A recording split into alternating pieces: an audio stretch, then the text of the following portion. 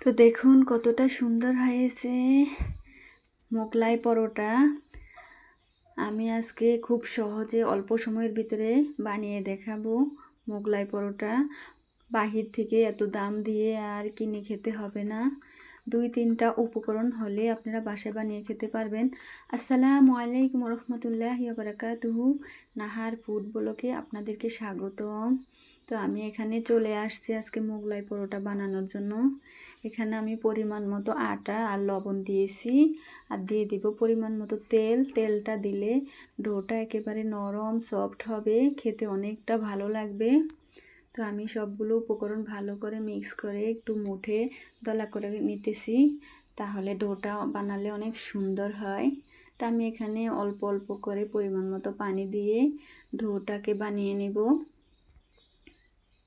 একটা মোগলাই বাহির থেকে কিনে খেতে গেলে কত টাকা লাগে, আর পোড়া তেল স্বাস্থ্যের জন্য অনেক ক্ষতিকর। তো আমরা একটু সময় নিয়ে কষ্ট করে বাসায় বানিয়ে খাবো। তো এই তো আমার ডোটা রেডি হয়ে গেছে। এখন আমি 10-15 মিনিটের জন্য রেস্টে রেখে দিব। তো এই তো দেখুন আবার চলে আসলাম, কতটা সুন্দর পারফেক্ট হয়েছে, নরম সফট হয়েছে।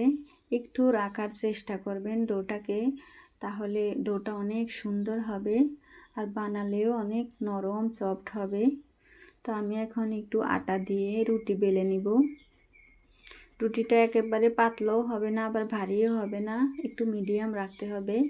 আমি একটু বেলে দেখিয়ে দিব কীরকমভাবে বানাতে হবে। তা আমি ভিডিওর এই পর্যায়ে বলতেছি, আপনারা যে যেখান থেকে দেখতেছেন আমার চ্যানেলটাকে লাইক দিয়ে কমেন্ট করবেন আর সাবস্ক্রাইব করে বন্ধু হয়ে পাশেই থাকবেন, আর বেশি বেশি শেয়ার করবেন চ্যানেলটাকে। তা আমি তো পাতলা করে বেলে নিয়েছি, বেশি ভারীও করিনি আবার বেশি পাতলাও করিনি। এখানে এখন আমি দিয়ে দেব ধনিয়া কুচি, কাঁচামরিচ কুচি আর পেঁয়াজ কুচি। একটু ঝাল ঝাল হলে খেতে ভালো লাগে, তো একটু আমি ঝালটা বেশিই দিব, কারণ আমার কাছে মোগলাইটা একটু ঝাল হলে ভালো লাগে। আমি সবগুলো ছড়িয়ে দিতেছি। এভাবে দিলে সুন্দর পারফেক্টভাবে মোগলাইটা বানানো যায়। আগে ডিমটা দেয়া যাবে না, আগে ডিমটা দিলে ছড়িয়ে চারদিক দিয়ে পড়ে যাওয়ার সম্ভাবনা থাকে। তো আগে দিতে হবে কাঁচামরিচ, পেঁয়াজ আর ধনিয়া পাতাগুলো। তারপরে আমি স্বাদ মতো একটু লবণ ছিটিয়ে দিলাম, দিয়ে এখানে আমি ডিম দিব। তো একটা পরোটার ভিতরে একটা ডিম দিতে হবে, দুইটা দেয়া যাবে না। দুইটা দিতে গেলে চারপাশ দিয়ে ছড়িয়ে পড়ে যাবে আর বানাতে অত সুন্দরও হয় না, সুবিধাও হয় না। তো আমি একটাই দিতেছি, একটা দিয়ে এই মোগলাই পরোটাটা বানিয়ে নেব।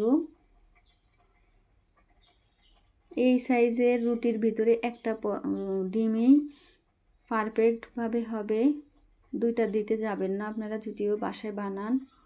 দুইটা দিতে গেলে ভালো হবে না। তো আমি সুন্দর করে এখন চারদিকে ছড়িয়ে দিতেছি, যাতে সুন্দরভাবে সমানভাবে হয়। তো এই তো আমার ছড়ানো প্রায় হয়ে গেছে। এখন আমি শেপটা দিয়ে নিব। খুবই সহজ শেপটা দেয়া, একটু খেয়াল করলে বাসা আপনারা এত সুন্দর, এত নরম, এত টেস্টি পরোটাটা বানিয়ে খেতে পারবেন।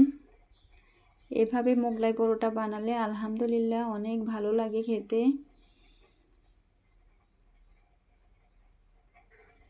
এই তো সুন্দর করে হাত দিয়ে চেপে চেপে দিতে হবে, তাহলে ভাজার সময় আর বেরিয়ে আসবে না। আর যদি চাপ দিয়ে না দেয়া হয় তাহলে ভাজার সময় ফেটে যাওয়ার সম্ভাবনা থাকে। তো আমি এখানে তেলটাকে হাই হিটে গরম করে নিয়েছি,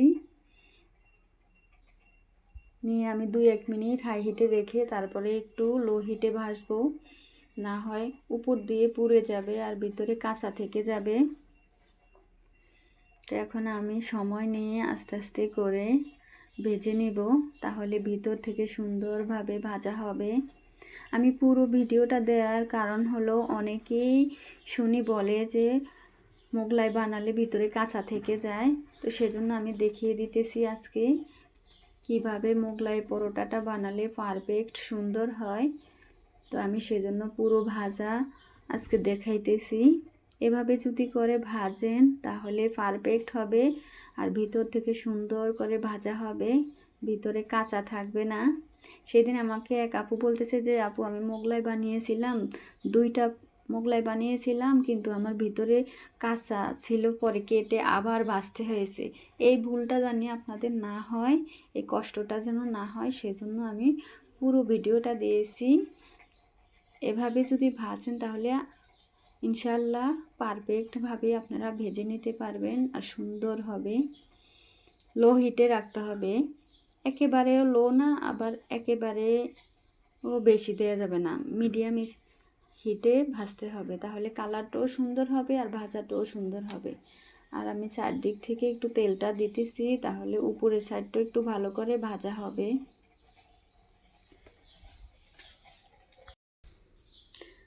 তো এভাবে করে আস্তে আস্তে করে ভাজতে হবে।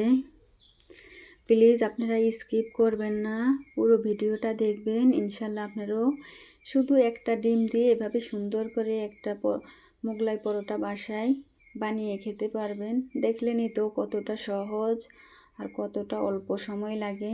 শুধু ভাজার সময় একটু আপনাদের সময়টা বেশি লাগবে, আমি বারবারই বলতেছি ভাজার সময় তাড়াহুড়া করা যাবে না, সময় নিয়ে আস্তে আস্তে করে ভাজতে হবে, কারণ এখানে অনেকগুলো লেয়ার দেয়া আছে, অনেক ভারী পরোটাটা, তো সেজন্য একটু সময় নিয়ে ভাজবেন।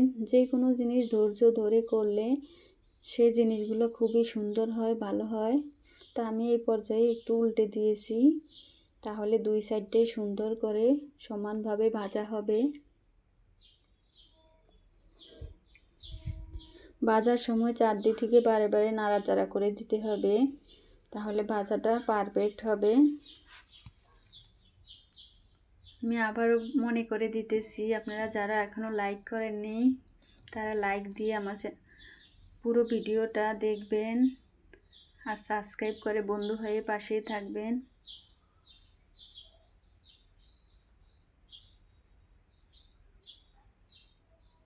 তো এভাবে করে সুন্দর করে আমি ভেজে নিতেছি। এভাবে ভাজলে ভিতরে কাঁচা থাকার কোনো সম্ভাবনাই থাকবে না, সুন্দর পারফেক্টভাবে ভাজাটা হবে, আর খেতে তো মাশাআল্লাহ দারুণ। তো এভাবে করে আমি নাড়াচাড়া করতেছি আর ভাজতেছি। আজকের এই ভিডিওটা যদি আপনারা পুরো দেখেন তাহলে ইনশাল্লাহ বাসায় বানালে আর কোনো সমস্যা হবে না, কাঁচা থাকার সম্ভাবনাও থাকবে না, আর ভাজতেও কোনো কষ্ট হবে না।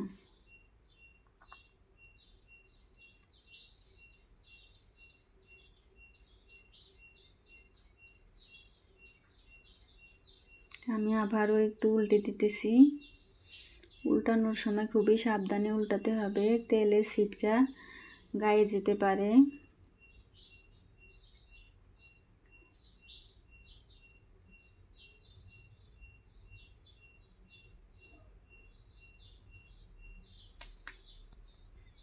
আমি চারপাশ থেকে তেলটাকে উপরে দিতেছি।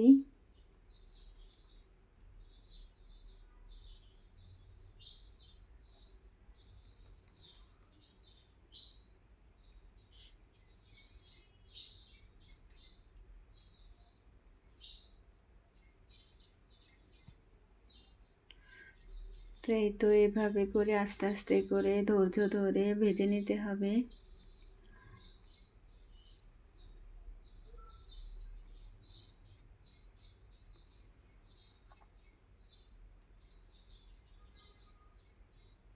যারা আমার সাথে এখন পর্যন্ত আছেন তাদেরকে অসংখ্য অসংখ্য ধন্যবাদ। তো এই তো দেখুন কতটা সুন্দর ফুলেছে আর কালারটাও অনেক সুন্দর হয়েছে। আমি আরেকটু গাঢ় কালার করে ভেজে নিতেছি। তো আমি এখন তুলে নিতেছি, তেলটাকে ভালো করে ঝরিয়ে নেব।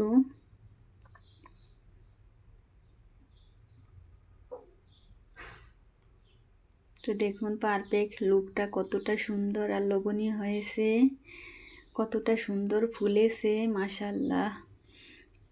খেতেও আলহামদুলিল্লাহ অনেক মজা হবে। এটা গরম গরমই কেটে পরিবেশন করতে হবে, তাহলে খেলে অনেক ভালো লাগবে। তো আমি এখন একটু পিস পিস করে কেটে নিব।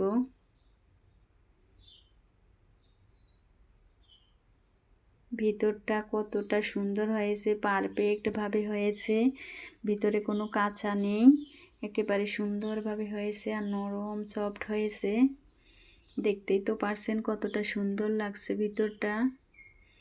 আলহামদুলিল্লাহ, খেতেও অনেক মজা হবে। তো একবার হলেও এভাবে বাসায় বানাবেন, আশা করি আপনারা নিরাশ হবেন না, খুবই ভালো লাগবে।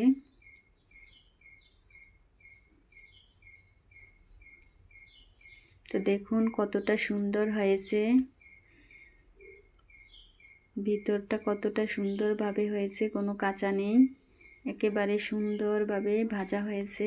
তো এভাবে ভাজলে আশা করি কোনো কাঁচা থাকার সম্ভাবনা থাকবে না, খুবই ভালোভাবে হবে। শুধু ভাজার সময় একটু ধৈর্য নিয়ে সময় নিয়ে ভাজতে হবে, এতটুকুই।